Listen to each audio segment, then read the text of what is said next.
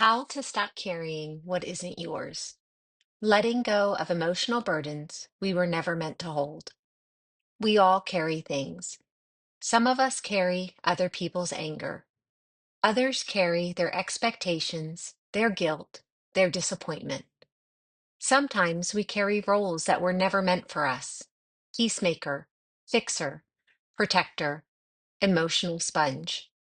We do it quietly, often without realizing it. We take on responsibility for someone else's mood, reactions, or wounds. We shape ourselves around other people's comfort and call it love. And over time, the weight grows. You don't notice how heavy it's become until your back aches with exhaustion and your heart feels over full in all the wrong ways. This is your invitation to ask, what am I carrying that isn't mine? Emotional baggage comes in disguises. The hardest part of releasing emotional burdens is that they rarely announce themselves.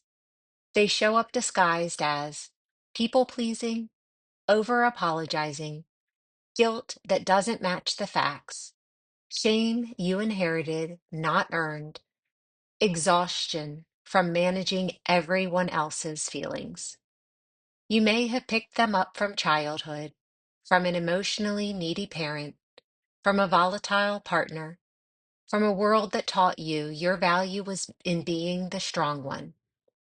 But just because you learn to carry something doesn't mean it belongs to you. Step one, identify the weight that isn't yours.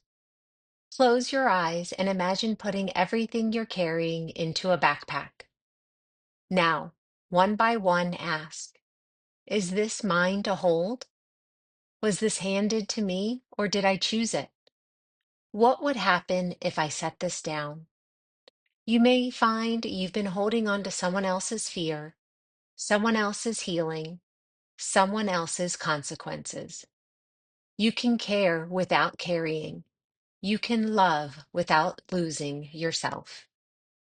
Step two, replace guilt with grace. Letting go of what isn't yours can bring guilt. You might feel selfish for not taking on someone else's emotional mess. You might worry you're abandoning them.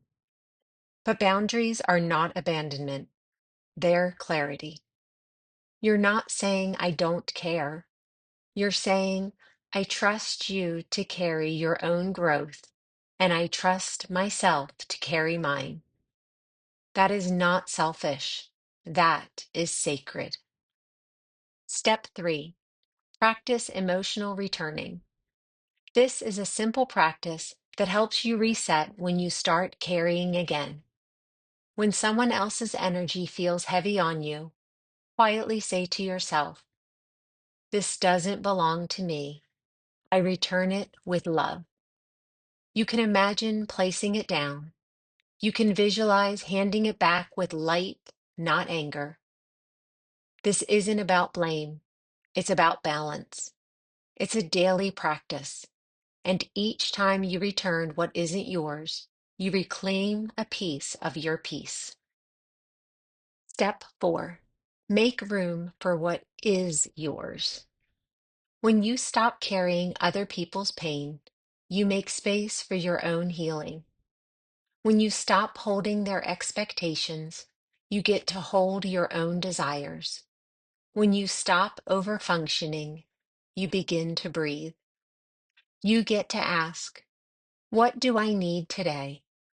What do I want to feel more of?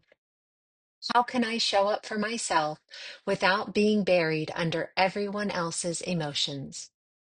Your life becomes lighter, not because it's easier, but because it's finally yours.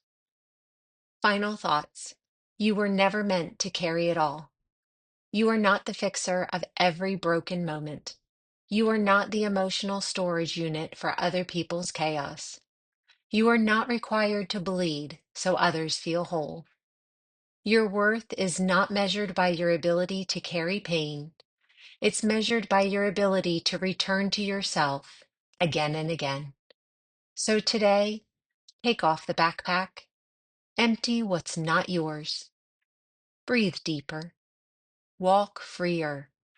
And remind yourself you were never meant to carry it all. If this reflection brought you a moment of peace or insight, please consider liking the video and subscribing to Purely Voiced. Your support helps this space grow and reach more hearts that need it.